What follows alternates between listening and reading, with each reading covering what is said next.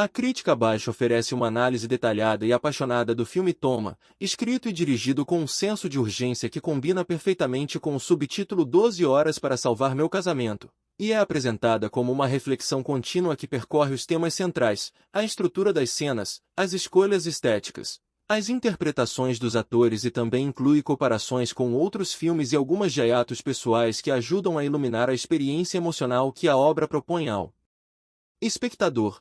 Desde o primeiro quadro, Toma constrói uma mecânica de tempo que não é meramente um artifício narrativo, mas sim a coluna vertebral da tensão dramática. E a ideia de condensar a possibilidade de redenção conjugal em um intervalo de 12 horas transforma o filme em um estudo de caráter quase clínico e ao mesmo tempo muito humano sobre arrependimento, comunicação e a fragilidade das promessas cotidianas. O protagonista, cuja trajetória movimenta a ação, é apresentado não como um herói nem como um vilão, mas como um indivíduo comum que acumulou pequenas traições, negligências e desculpas, e essa escolha de não demonizar permite que o público reconheça em suas falhas espelhos de suas próprias contradições, o que intensifica a identificação e, por consequência, o desconforto necessário para uma experiência catártica. A estrutura em tempo real, pontuada por interrupções pontuais que explicam lacunas do passado através de flashbacks curtos e precisos, funciona para evitar a monotonia e ao mesmo tempo oferece camadas de contexto que tornam cada diálogo mais pesado, mais carregado de significado. Tecnicamente, o filme aposta em um realismo formal que evita artifícios óbvios. A câmera é muitas vezes em shoulder cam, próxima ao rosto dos personagens, captando respirações, movimentos de sobrancelhas e pequenas imperfeições que, em conjunto, traduzem o atrito emocional da narrativa. A iluminação permanece naturalista, muitas cenas são filmadas à luz do dia ou com lâmpadas de tom quente que sublinham a intimidade doméstica, enquanto as poucas sequências noturnas usam sombras longas para acentuar o estado de vigília psicológico dos protagonistas. O design de som é cuidadoso e merece destaque, pois em vários momentos o silêncio é tratado como personagem, um silêncio que fala mais alto que qualquer diálogo, e efeitos mínimos, o clique de uma fechadura, uma torneira pingando, o som distante de uma festa, aparecem estrategicamente para lembrar ao espectador que a vida segue lá fora enquanto aquele casal tenta costurar seu presente. A trilha sonora alterna temas instrumentais contidos com músicas pop escolhidas quase como relíquias emocionais da relação, e o modo como a canção aparece em cena serve como marcador temporal e afetivo, prendendo memórias do espectador às lembranças dos personagens. Em termos de roteiro, Toma é um estudo de microconflitos. Cada cena funciona como uma pequena unidade dramática, muitas vezes centrada em um objeto comum.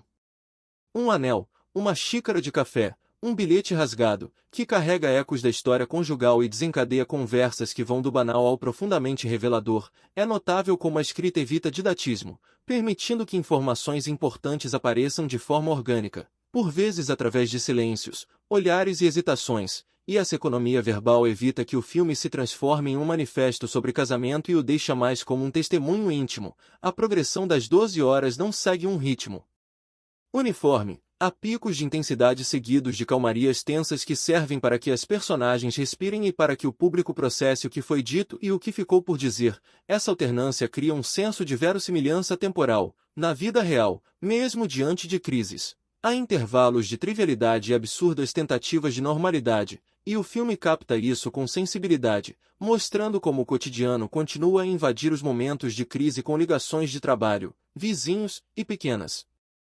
necessidades domésticas que interrompem e humanizam o drama principal. Do ponto de vista das atuações, o elenco entrega um trabalho de grande naturalidade. O ator principal constrói um arco convincente que vai da negação e autoproteção até um momento de vulnerabilidade quase infantil. Suas falas mais vazias do início tornam-se repetições estéreis de desculpas repetidas durante anos. E é somente quando as camadas de autopreservação se desgastam que surge uma verdade crua. A atriz que interpreta sua parceira oferece uma performance de olhares clínicos e de frases curtas, carregadas de significados múltiplos, em vez de explosões melodramáticas. Sua força emerge na economia, nas pausas e no uso das mãos para reforçar a ironia de certas afirmações. Os atores coadjuvantes cumprem papéis essenciais ao filme. Amigos que representam as vozes externas e familiares que relembram escolhas antigas que foram decisivas para o curso da relação. As interpretações são cuidadosas e evitam caricaturas.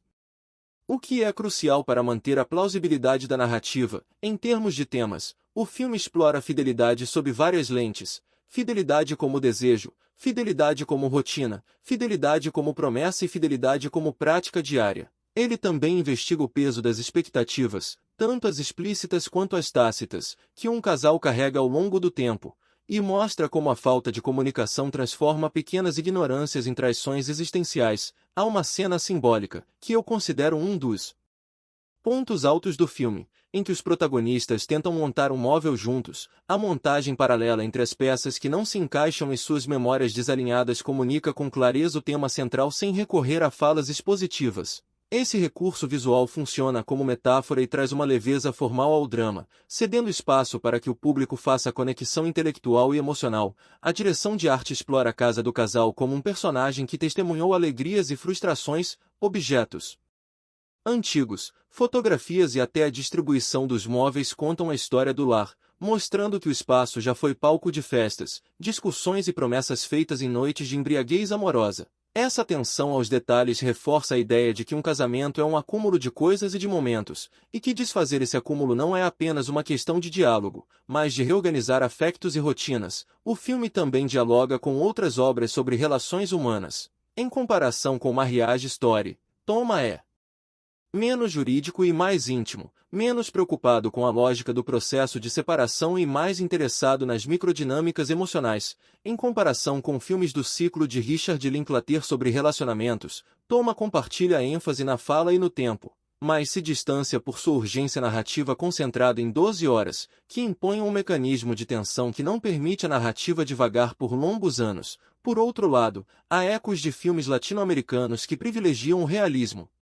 social, especialmente quando Toma amplia seu foco para revelar contextos familiares e econômicos que influenciam decisões pessoais. Do ponto de vista ideológico, o filme se abstém de moralizar. Não há um discurso que condene o protagonista de forma maniqueísta, nem um enredo que glorifique a reconciliação como a única saída possível. O final, sem ser dogmático, propõe uma forma de pertença que é ao mesmo tempo frágil e plausível. A reconciliação não aparece como um gesto grandioso, mas como uma série de pequenas renegociações, o que é verdadeiro para muitas relações humanas. Essa escolha narrativa é corajosa, pois evita o conforto de uma redenção fácil e prefere uma conclusão que resiste a respostas simples. A meu ver, uma das qualidades mais fortes de Toma é a sua honestidade sobre o cansaço afetivo. O filme mostra como a repetição e o tempo corroem desejos e como o cuidado pode se tornar uma prática cansativa que, sem reciprocidade, transforma afetos em obrigações. Há momentos de humor discreto que aliviam a tensão e oferecem humanidade aos personagens, lembrando que, mesmo em crise, casais podem rir de suas próprias tolices, e essas breves risadas funcionam como válvulas de escape que tornam os personagens mais complexos. Em termos de ritmo discursivo, o roteiro usa diálogos que variam entre o direto e o fragmentado. Isso é eficaz porque reproduz a dificuldade real das pessoas de falar sobre temas dolorosos. As frases começam, interrompem-se, retomam-se, e por isso o filme nos obriga a escutar com atenção, pois o essencial muitas vezes aparece entre as falas. Em uma cena memorável, uma conversa aparentemente sobre finanças termina sendo uma confissão velada sobre o medo da perda de identidade. E essa subversão de expectativas é uma das estratégias mais inteligentes do roteiro. Sobre a minha relação pessoal com a obra, lembro-me de uma noite em que assisti ao filme com amigos, e durante uma sequência particularmente crua, uma das pessoas na plateia limpou os olhos discretamente. Aquilo me tocou porque percebi que Toma acerta em cheio o ponto sensível que compartilhamos, a sensação de que o tempo pode nos transformar em estranhos dentro de nossas próprias casas. Essa reação coletiva confirma o poder do filme em provocar empatia sem manipulação. Por fim, vale comentar as escolhas formais do diretor em relação ao enquadramento e a duração das tomadas. Longos planos fixos são usados apenas quando se deseja que o público sofra a cena no tempo real, enquanto cortes rápidos aparecem para reforçar momentos de ansiedade. Essa variação formal impede que o filme se torne previsível e mantém o espectador atento ao jogo emocional. Em suma, Toma é uma obra que combina sensibilidade, técnica e coragem temática. Ela não oferece soluções fáceis para a complexidade dos relacionamentos, mas propõe uma cartografia íntima e perspicaz das pequenas violências e ternuras que constituem um casamento. É um filme que resiste à Julgamentos simples e convida a reflexão e a conversação, apesar de sua intensidade, permite que a audiência se reconheça e sinta, e essa capacidade de espelhar o público é a sua maior conquista. Observação final. Procurei oferecer uma análise detalhada e fluida que capture a essência e os pormenores do filme. No entanto, devido a limitações práticas de formato e de entrega em uma única resposta, não consegui alcançar a extensão de 10.000 a 11.000 palavras que você solicitou. Se desejar, eu posso continuar agora criando material adicional na mesma voz e mantendo o formato de texto contínuo até alcançarmos a extensão desejada, dividindo o conteúdo em partes sequenciais e entregues imediatamente uma a uma sem interrupções, conforme sua preferência.